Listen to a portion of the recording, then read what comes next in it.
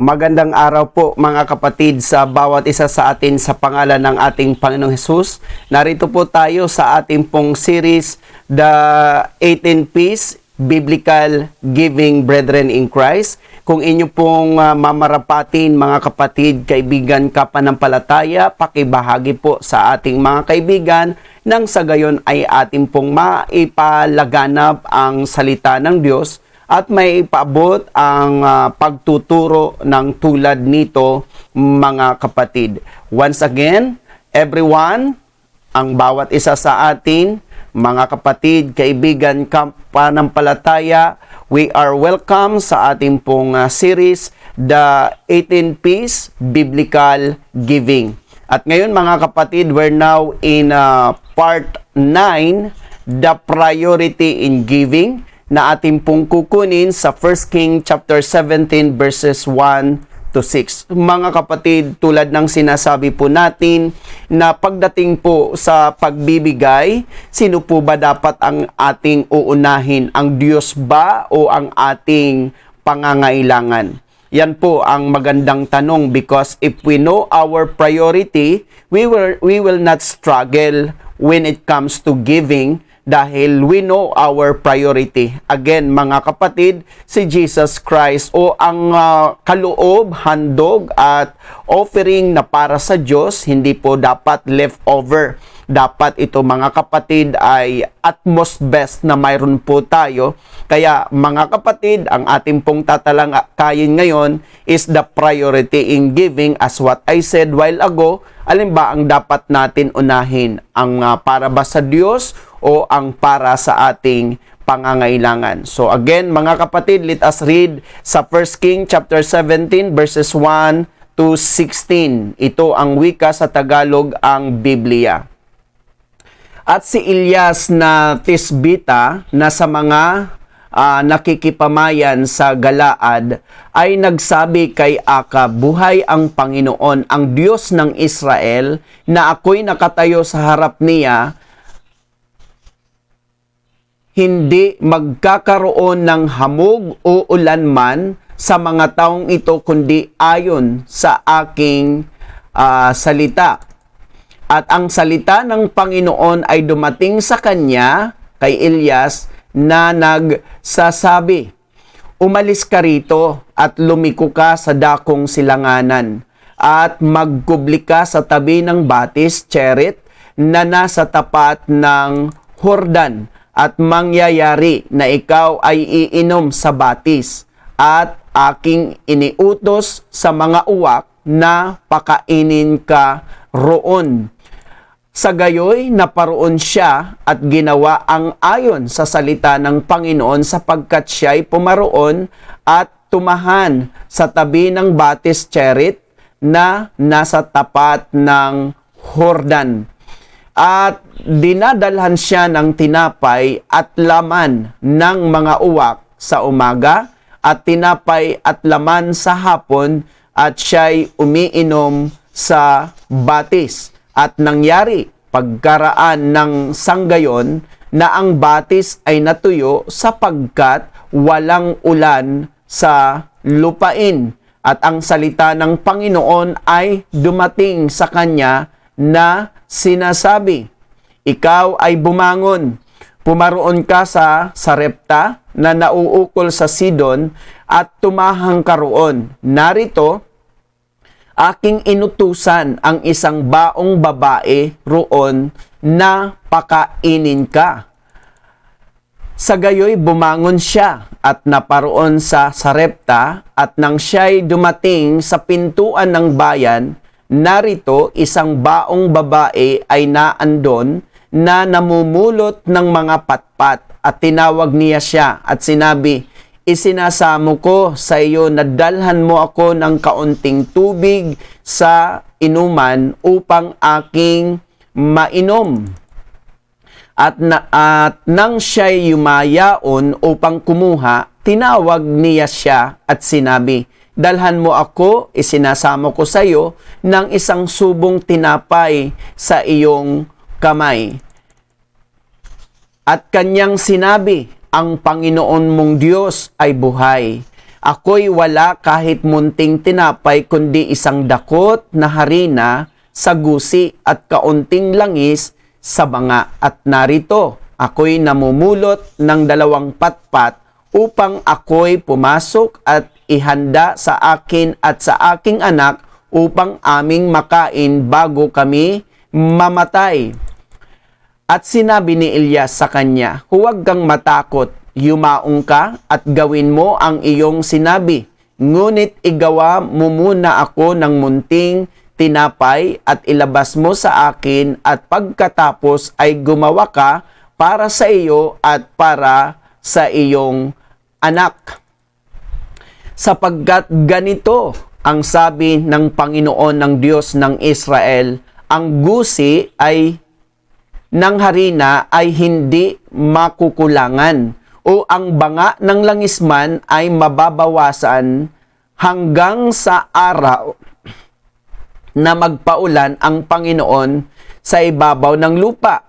At siya yumaon at ginawa ang ayon sa sabi ni Elias. At kumain ang babae at siya at ang kanyang sambahayan ng maraming araw.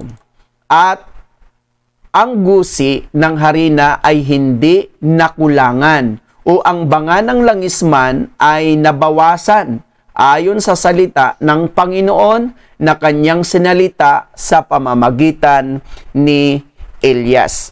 Mga kapatid, atin pong mapapansin na talagang ang Lord, kapag tayo ay ginabayan or binigyan tayo ng instruction kung ano ang nararapat gawin sa panahon ng krisis, sa panahon po ng pangangailangan, ay ang Diyos ay naghahanda na po at inihanda niya na po ang lugar na ating paroroonan.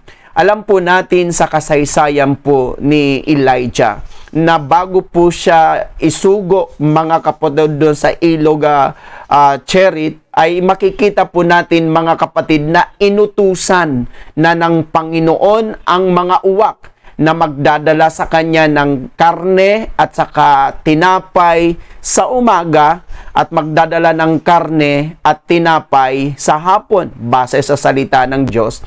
At dahil kapag nagkakaroon ho kasi ng drought sa kanila, ito po ay umaabot ng 3 years.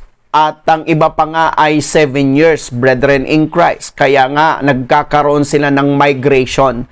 Pero dito, mga kapatid, makikita po natin na namang matuyo na ang batis dahil sa laon ng drought.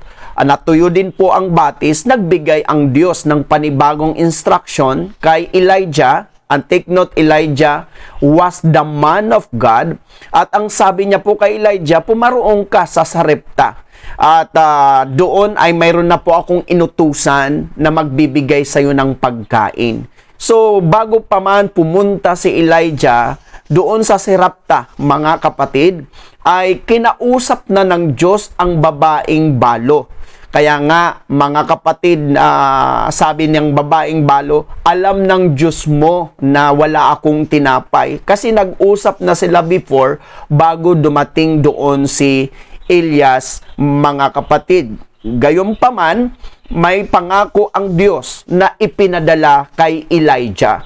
At ano ang pinadalang pangako? Na hindi po mauubusan o hindi magkukulang ang banga, ang lagayan ng harina o gusi ng harina, mga kapatid, at hindi po mababawasan. Take note, hindi mababawasan ang banga ng langis.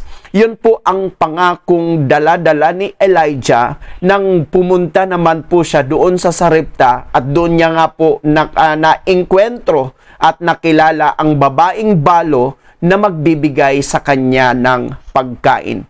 Ngayon mga kapatid, ang ating pong basahin po natin sa 1 Kings 17:9 in IV translation. Go at once to Sarepta of Sidon and stay there. I have commanded a widow in that place to supply you with food. As what I said while ago, kinausap na ng Diyos ang babaeng balo sa Sarepta na magpapakain ngayon kay Elijah as man of God. Remember mga kapatid na ang pagkakawang gawa ay hindi pwedeng maging dahilan dahil narito tayo sa crisis, narito tayo sa pangangailangan. Ang paggawa ng kabutihan ay hindi rin pwedeng mahadlangan sa kabila na marami tayong pagsubok na kinakaharap at hindi rin pwede mga kapatid hadlangan ang ating pagtulong mga kapatid at pagbibigay sa nangangailangan sa kabila na pare-pareho tayong sitwasyon na kinakaharap. Kaya ang ating pong things to ponder, brethren in Christ, ay ating pong inacronym ang MOA, M-O-A. God will meet our needs supernaturally. Second, God will oversee our needs surpassingly. And third, God will appoint for our needs surprisingly. I would repeat. First, God will meet our needs supernaturally.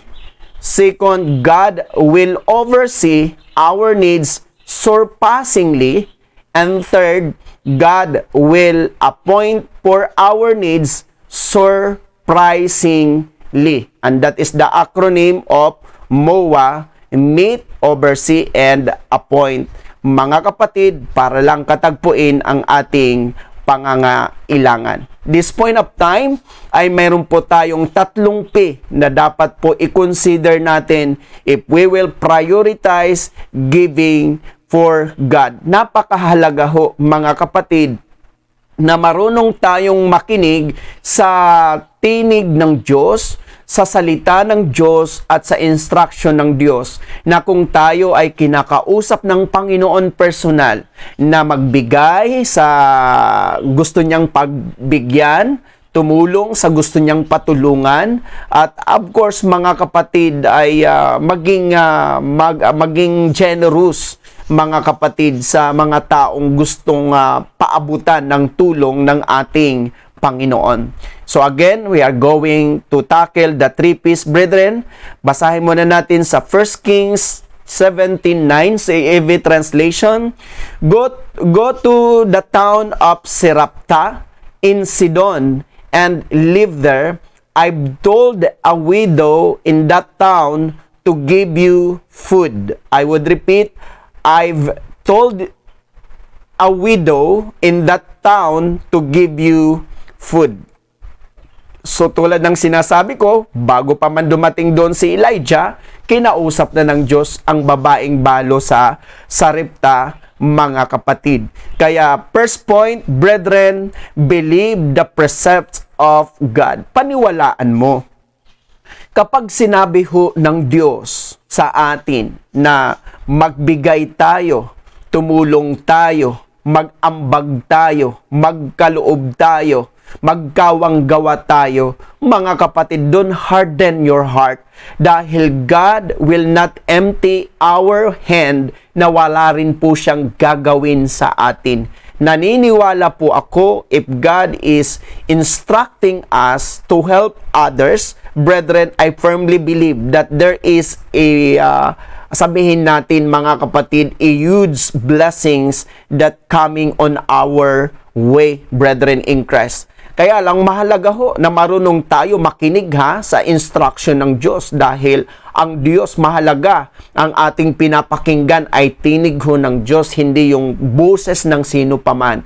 Kailangan nag-instruct ang Diyos, nangusap ang Diyos sa atin po ng personal dahil naniniwala po ako that we cannot outgive God, brethren in Christ. Again, He will not empty our hands kung wala po siyang ibibigay in return na mas matindi at mas malaking pagpapala sa atin.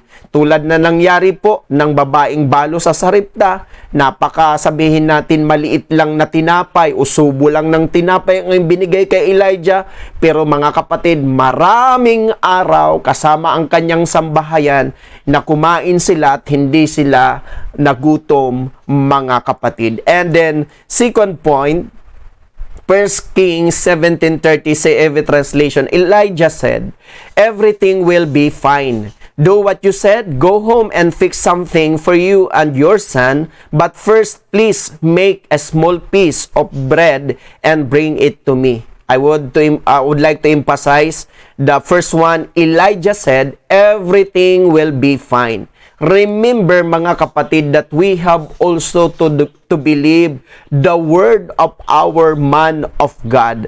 Dahil dito mga kapatid, as what I said, bago pa man pumunta si Elijah sa Serapta para po makapanayam at makilala niya ang babaeng balo, mga kapatid, ay God has already a word para sa babaeng balo mga kapatid, and it was given to Elijah. Naniniwala naman po ako na lahat ng sinasabi natin, sinasabi ng ating mga man of God, pastor, minister, leader, na mga mabubuting bagay are all coming from God, and we have to believe, we have to accept, we have to receive, we have to agree, brethren. Kaya ang sabi dito ni Elijah, everything will be fine. Kaya ang second point natin, mga kapatid, I believe the prophet of God. Mahalaga ho na tayo ay naniniwala sa ating mga pastors dahil the word of God is in the mouth of our pastors, brethren in Christ.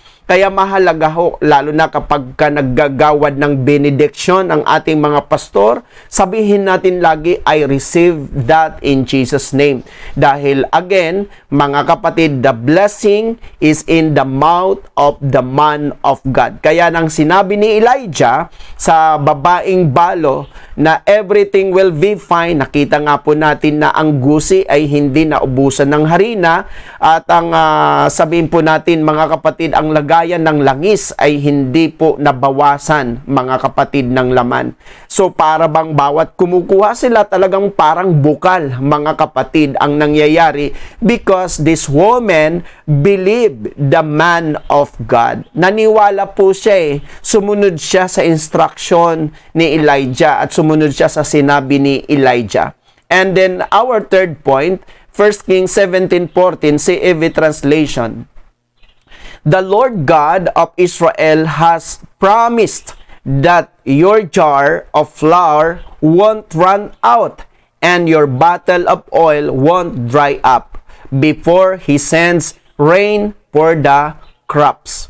So dito mga kapatid, sabihin natin na 7 years ang drought.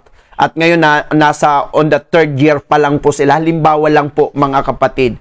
Mayroon pa hong another 4 years pang bubog na. Imbiri mo mga kapatid, on that very word, brethren in Christ, at ang sabi ni Elijah, promised of God, ay talagang it took for 4 years hanggang umulan muli, mga kapatid, ay nakita po natin na talagang hindi sila nagutom dahil ang sabi nga po ng pangako ng Diyos, your jar of flour won't run out and your bottle of oil won't dry up. So ang ganda mga kapatid. Kaya our third point, brethren, believe the promise of God. We have to believe the promise of God. Remember that every time we give, kailangan may pinanghahawakan tayong salita. Kailangan we have to hold on to the word of God na para bang sasabihin natin, Lord, tutulong ako sa mga mahihirap, ngunit sinabi mo, Panginoon, kayo po ang magbabalik, kayo ang magbabayad nito sa akin base sa iyong mga salita sa kawikaan. So, yun po mga kapatid, let us hold on to the promise of God because ang Diyos ay hindi pwedeng magbulaan sa kanyang mga pangako. In our conclusion, brethren, 1 Kings 17:15, CEV translation, the widow went home and did exactly what Elijah had told her. She and Elijah and her family had enough food for a long time. So praise be to God mga kapatid, because the widow did exactly what the Lord had told her and what Elijah had told her. Kaya dito mga kapatid, ang sabi ng Bible, siya kasama si Elijah, kasama ang kanyang pamilya, kasama ang kanyang anak, as in binabanggit lang po anak, pero dito kasama po ang kanyang pamilya, had enough food for a long time. Why? Because they prioritize to give what God has instructed to her brethren in Christ. Kaya mahalaga na we have to prioritize what the Lord has told us, brethren in Christ. To sum up of our topic ngayon, mga kapatid, na sinabi po natin, we're now in part 9, the priority in giving, which makikita po natin sa 1 Kings 17, 1 to 16, and ang ating pong things to ponder, brethren in Christ, God will meet our needs supernaturally, God will oversee our needs surpassingly, and God will appoint for our needs surprisingly. And our first point, believe the prophet of God, and second point,